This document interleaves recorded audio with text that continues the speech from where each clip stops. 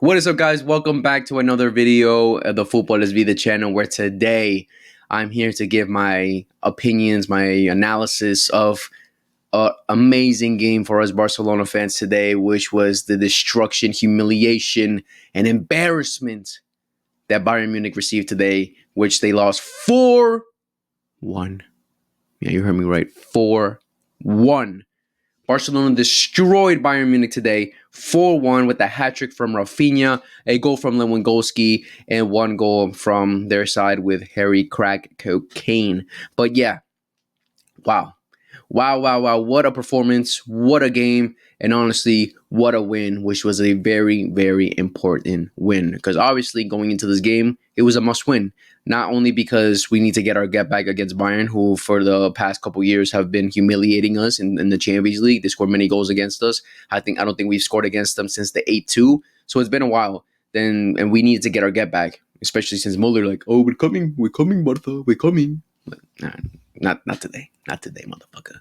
But yeah, we needed to get our get back of course, and also we needed the 3 points, especially since we already have a loss against Monaco, so that's 2-1 right now so far. So we needed to win 100%, and what better way to do it again, which is against Bayern Munich and at home, which is perfect setup for us.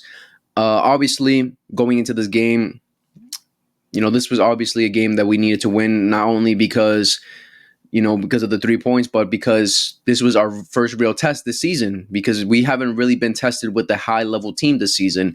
We haven't played Atletico Madrid. We haven't played Real Madrid, who are the best, considered the best two teams in the league besides Barcelona. So we were for sure going to get tested this game. This was going to be our first real test, because obviously we play with such a high line. Flick wants to play with a high line, and since we play that high line, a lot of teams in the league don't have the quality to expose that. They just don't. We catch them offside so many times. They don't have the IQ and the quality to make those runs in behind perfectly as they should. So far this season, we've been cooking with that high line. So this was a real test, because we're playing against players who have IQ, who are smart, who make good runs, like Harry Kane, like Olise, Alfonso Davies, Gnabry, Muller. These are high IQ players who play at the top level for a reason, because they're smart, they have good quality, and they can expose you because of how the players that they are. So this was our first real test. Going into the lineup, it was obviously the same lineup that we've had throughout the whole season. The only change was, which a lot of people were wondering, is who's going to play that 10 role, who's going to fill in for that role, because who was doing that before. I think if Eric Garcia was fully fit, because he was supposed to start against Sevilla, I think if he was fully fit, he probably would have started this game, and then Pedri would have played higher. Who knows? But obviously, the main guy that everyone wants is Dani Olmo, who just came back from injury, and he didn't get any minutes against Sevilla, which was kind of worrying, because we're like, all right, we thought he was going to get some minutes against Sevilla so he can be warmed up and come into this Bayern game and start. But that wasn't the case. I said in the last Barca talk that we filmed, that I had a feeling that Fermin Lopez was going to start this game, just because Gavi can't start. He just came back from a major injury. Frankie didn't get any minutes against Sevilla either, and I don't think he's ready yet to be playing fully 90 minutes. And Dani Olmo, who just came back from injury. Fermin did also just come back from injury, but I don't think it was a major injury compared to the other ones. So I had a feeling that Fermin was going to start this game, and boom, I was right. I also predicted we were going to win 4-1, and we won 4-1. What can I say? But yeah, so Fermin was the only real change. The whole lineup was exactly the same that we wanted. The only difference, again, the only worry I had, honestly, was Iñaki Peña in goal. I'm like, why did we sign Szczesny for? Why is Szczesny on the bench right now? Why? I thought Szczesny was going to get minutes against Sevilla, get his first start, and he didn't, because Flick was like, we don't really need to make a change. We could just stick with Iñaki Peña, who's already had the experience, who was already playing with us. And he said that he was most likely going to play against Bayern Munich, which he did. And I'm like, I don't know, bro. I just don't trust Iñaki Peña. But fortunately, he only conceded one today, which he really couldn't do much about. But no, I just didn't have the confidence. He was the main guy I was very iffy about. I don't know if Szczesny's gonna get. If Iñaki Peña already started against Sevilla and now against Bayern Munich, it's looking like he'll probably start at Clásico too. We'll see how it goes. We'll see what it goes on. But I definitely want to see Szczesny come into this squad very soon, because we need a top level goalkeeper. But Yeah, so exactly same lineup in terms of Bayern Munich. Again, I've been saying for weeks. You can check all my past streams. You can check all the past Barca talks. I've been saying for weeks.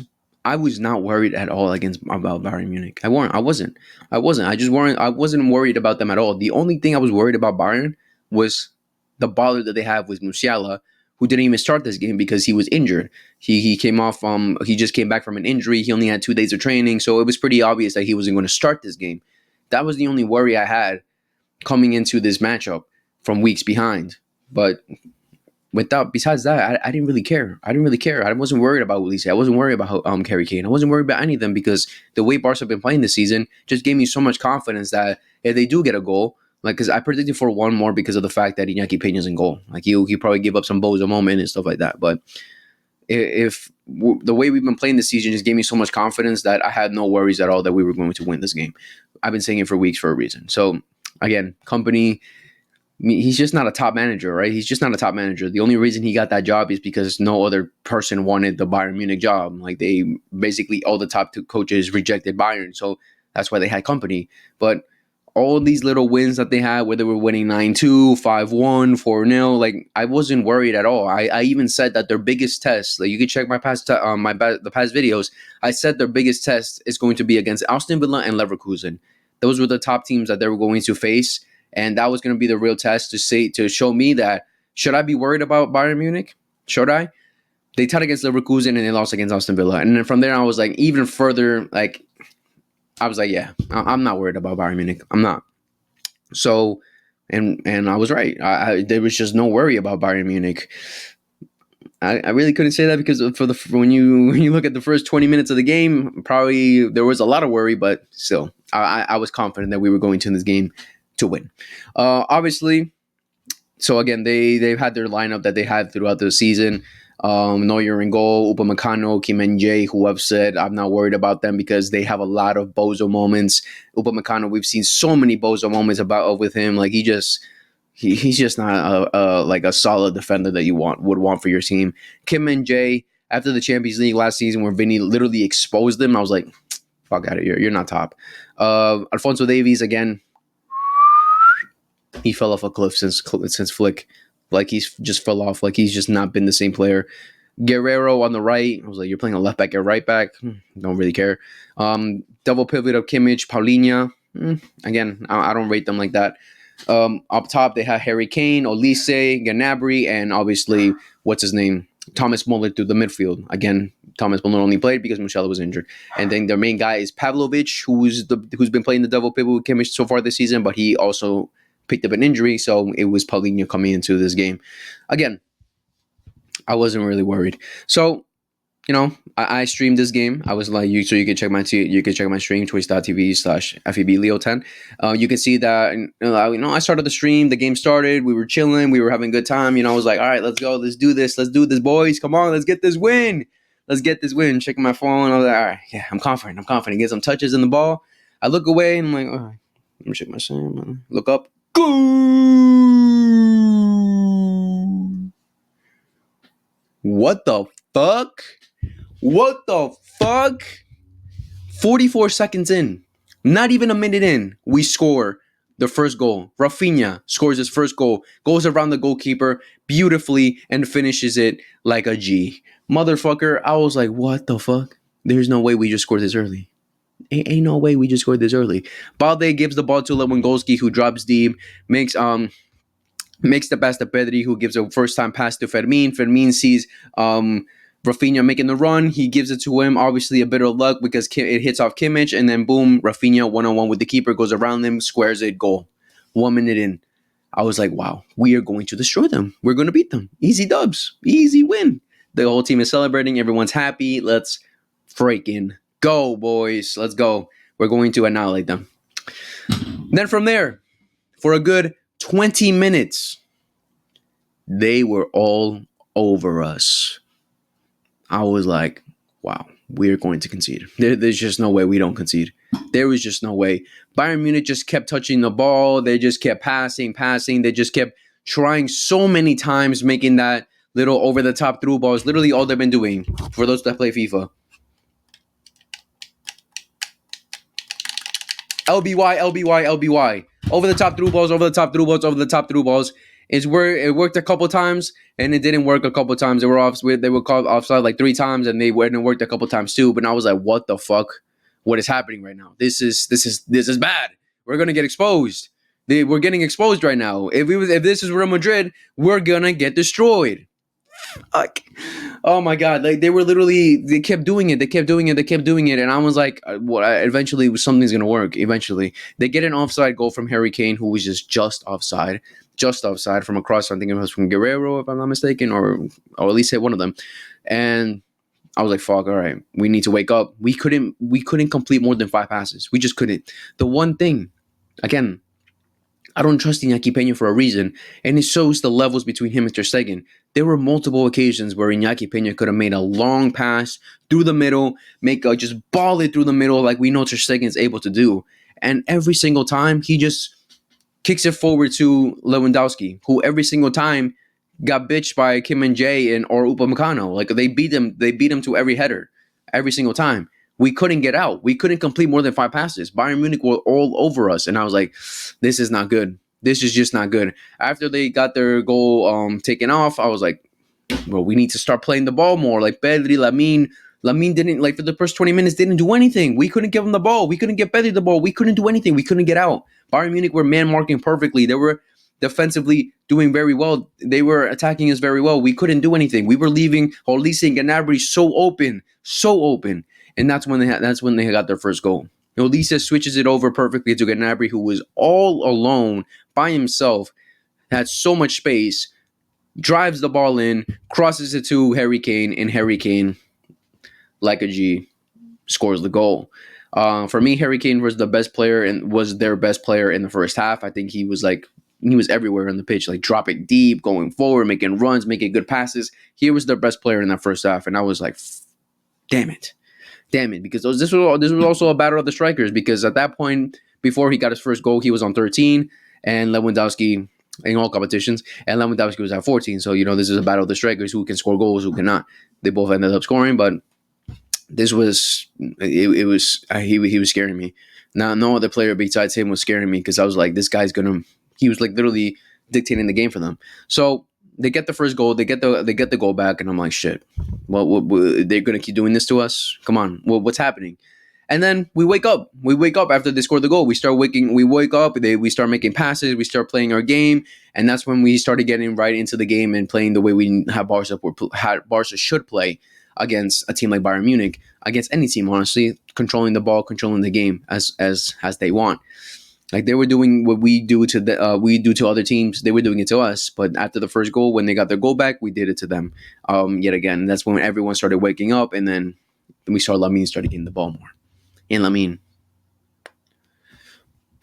I just can't. I'm just in awe by this kid, bro. He's just one of the best in the world. If not the best, one of the best, 100%.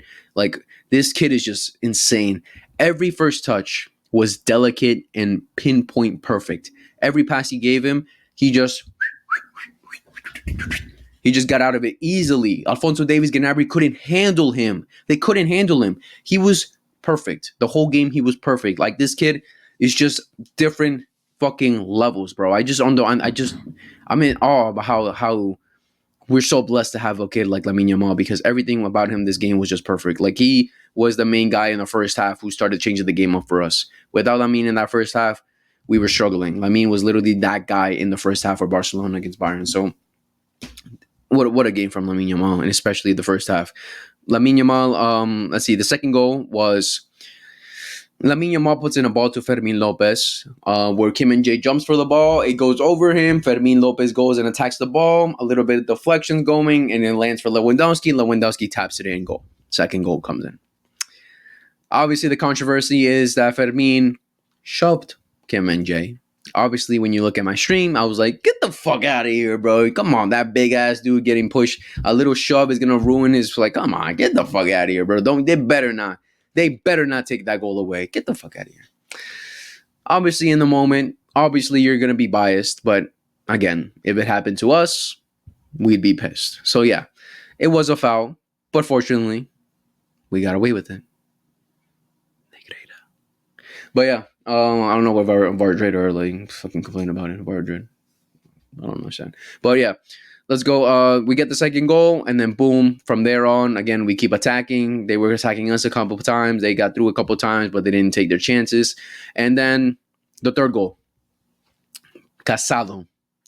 A beautiful switch from Casado sends Rafinha, who makes a perfect touch. Boom, goes at Guerrero was the one defending him, driving at him, driving at him, and then curls it in bottom right corner where Neuer had absolutely no chance.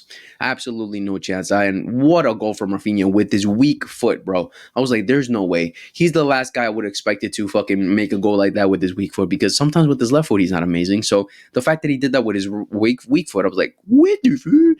What a goal. What a goal. Putting us up 3-0, 3-1 before the halftime. Literally just before halftime ended. Before the first half ended, we got the third goal. Going into the half, 3-1. Wow. Wow. Obviously, through halftime, I was saying that we have to nullify Harry Kane. We can't let him get touches. We can't let him get anything. We have to stop Olise from cutting in and making those switches, because they kept switching between Gnabry and Olise, switching. We just got to nullify that, and we'll be good. Second half comes in. Complete and utter domination from Barcelona. Bayern Munich did absolutely nothing in that second half. Absolutely nothing. And then we get the fourth goal. We get the fourth goal from Rafinha gets his hat trick from a beautiful pass. So, they got a corner kick, a little bit of deflection, some passes. Fermin wins the ball. Pedri gets the ball, makes a good pass to Lamine Yamal, who then Lamine Yamal cuts in, makes a beautiful pass to Rafinha, who takes another beautiful touch with his chest, brings it down, boom, goes, shoots the ball, and bottom right corner, beats Neuer, and Gullet, bringing us 4-1 in this game. And at that point, we had it won. We just had it won at that point, because from there on, complete domination. Let's talk about Neuer real quick. Is Neuer just is he done now? Like, it's pretty evident that he's done, because not only did he concede 4, a couple of them he probably could have done better on, like the last one from Rafinha. Like, as much as it was a good powerful shot, he probably could have done better there. He made a lot of mistakes in that game too, and made some bad passes. I think Neuer's just done, bro. Like, he's 40 years old. Like, I'm surprised he's still playing for Bayern. I'm surprised Bayern haven't gotten rid of him, especially since he's broke his leg 3 times or 2 times already. I'm like, this guy is, well, obviously he's one of the best in our generation, 100% one of the best of all time. But when like that saying goes, leave football before it leaves you, right? So I don't know. I think Neuer's just done at this point, because again, he also conceded against John Duran against Aston Villa, which was a terrible mistake from him, coming out that far and then just getting dinked. Like, I don't know, this guy is just not there anymore. So again, a beautiful game, a beautiful win. Got the 3 points, got to secure the 3 points for the Champions League. And yeah, obviously Rafinha got the man of the match of that game, but honestly, for me, how the way I like it, because everyone was amazing. Casado, what a fucking player, bro. Honestly, what a player. Like, you just can't, like, I've said it, like, one of the Barca talks, that Casado has to stay in this team. As much as Gavi's coming back, Frankie's coming back, he just has to stay in his team. Like, Frankie came into the game, Dani Olmo came into the game, and Frankie was very solid. I think the last 2 cameos that Frankie had, I wasn't too impressed with him, just because he came in for Pedri. So it was Eric Garcia and Casado playing that double pivot, and he was playing a bit forward, which I don't really like to see him like seeing him in. I want him to play that double pivot, and he played that double pivot because Pedri started playing a little bit forward. Now after the switches when he came in, and he was very good when he came in. Dani Olmo came in from Rafinha, made some good passes, made a beautiful pass to Lewandowski, and Lewandowski just took too long. We also had another beautiful chance when Lamine puts a perfect ball to Lewa, and I'm like so shocked like they didn't score that. Like, that should have been 5-1 right there. But again, at that point we just had the game won. We were completely all over him, and great. Ansu Fati also came on, Pau Victor came on. Pretty sure that's it, if I'm not mistaken. Yeah, it was, and Gavi came on. So, not much from them, but at that point it was like 10 minutes left in the game, or 5 minutes left. Like, there wasn't much time for them to really do much, and at that point we were all over. We were all over them. Whew, what a game! I'm just so happy and so impressed about how our first real test we passed it with flying colors. Again, Rafinha got the man of the match. Obviously, he scored a hat trick. He played a great game. But for me personally, I give the man of the match to Pedri. Pedri, what a baller, bro. What a baller, bro. They like his IQ, his dribbling, his la little pausa that he does, bro. He just has everything that you would want in your midfielder. He is the perfect midfielder, honestly. He attacks for you, he defends for you, he's a runner, he does everything. He's literally the definition of a box to box midfielder. He for me is just the best in the world right now. Like I just don't see any, like I've said it multiple times, I don't see any other midfielder doing what Pedri does. I just love Pedri, bro. He was just perfect in that game. Completely destroyed Kimmich, completely destroyed Paulinho, completely destroyed their whole midfielder. Even when he started playing more attacking in the second half, when Dani Olmo came in and every, oh no, when I forgot who came in. When Pedri was playing more in the attack, controlled the tempo. Everything was perfect from Pedri that game. For me, man of the match. What a beautiful game from Pedri. I love Pedri so much. He's the best. He is the best in the world. Lamine Yamal also gets another shout out. Again, he only got one assist. He didn't score that game. I said in the Barca talk that I didn't expect Lamine to score that game, but I 100% expected an assist, and I expected him 100% to cook. And he cooked Davies. He cooked Gnabry. So Real Madrid, if you want Davies, go and get him, because Lamine Yamal is going to take care of him every single time, just like he will against Ferland Mendy. Be ready for that. But yeah. Amazing game from everyone. Rafinha, again, perfect game. Lewandowski, yeah, he wasn't at his best level. You know, he got the goal, obviously. He did some good passes, some good plays. But a lot of times he was just getting beat a bunch of times by Kim and Jay and Upamecano. But again, this is something that's going to be tough for him to go against these big-ass defenders. Like, he's going to struggle against Militao and Rudiger. I already said that he will. But it's going to be on him to try and do his best to get something, at least get a goal. Because, again, the main priority for a striker is to get goals. So, again, not the best game, but I still, kudos to him for getting a goal. Midfield, Casado, amazing game. Pedri, amazing game. Fermin Lopez. Oh, my God. How did I not talk about Fermin Lopez? What a great game from Fermin Lopez. He literally did the job that he needed to do today. He got 2 assists. I'm pretty sure I don't know if 100% they gave him the assist for Lewa's goal, but he did what he had to do this game. Honestly, a great start for him.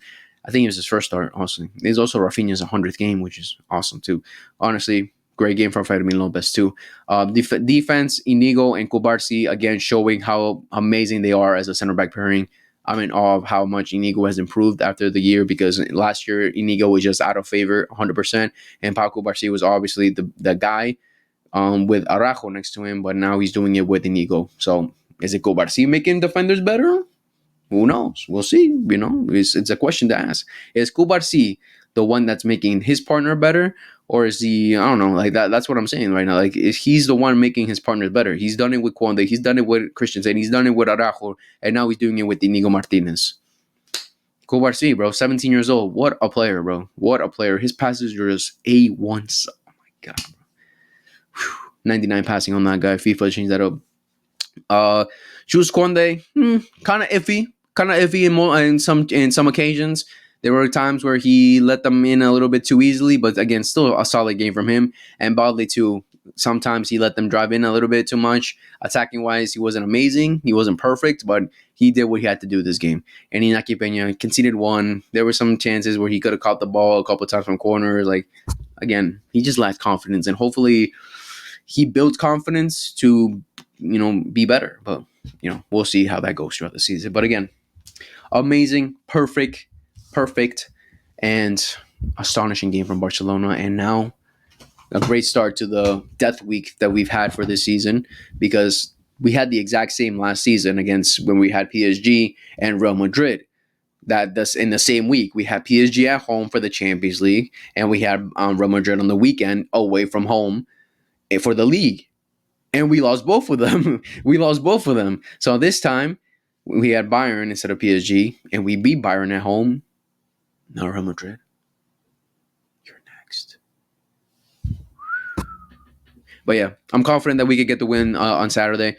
I'm confident that we can get something 100% from Saturday. From the Dortmund game, there were just a lot of mistakes in Madrid's game that I think we will 100% expose. Like, if we get a 2-0 lead, we're not giving it up like Borussia did. Borussia played that against themselves that game. But But that one thing Flick for sure has to work on and focus on is that high line, because a lot of the times Bayern Munich in the first 20 minutes again they exposed that a couple times. So if you let team players like Mbappe or Vinicius expose that, we're gonna have trouble. We're going to have trouble because those guys are literally perfect at making runs and behind and transitions and everything. Like they're literally the best in the world at doing that. So we have to be careful on that. Hopefully, Flick changes some things up because those things will have to be changed. But we'll see what happens. But again, I'm confident I will be streaming that game again. Twitch.tv/FEVLeo10. Make sure to tune in for that. Make sure to watch along with us because if we win, this will obviously be the best week as a Barca fan of all time in a very long time. And if we lose,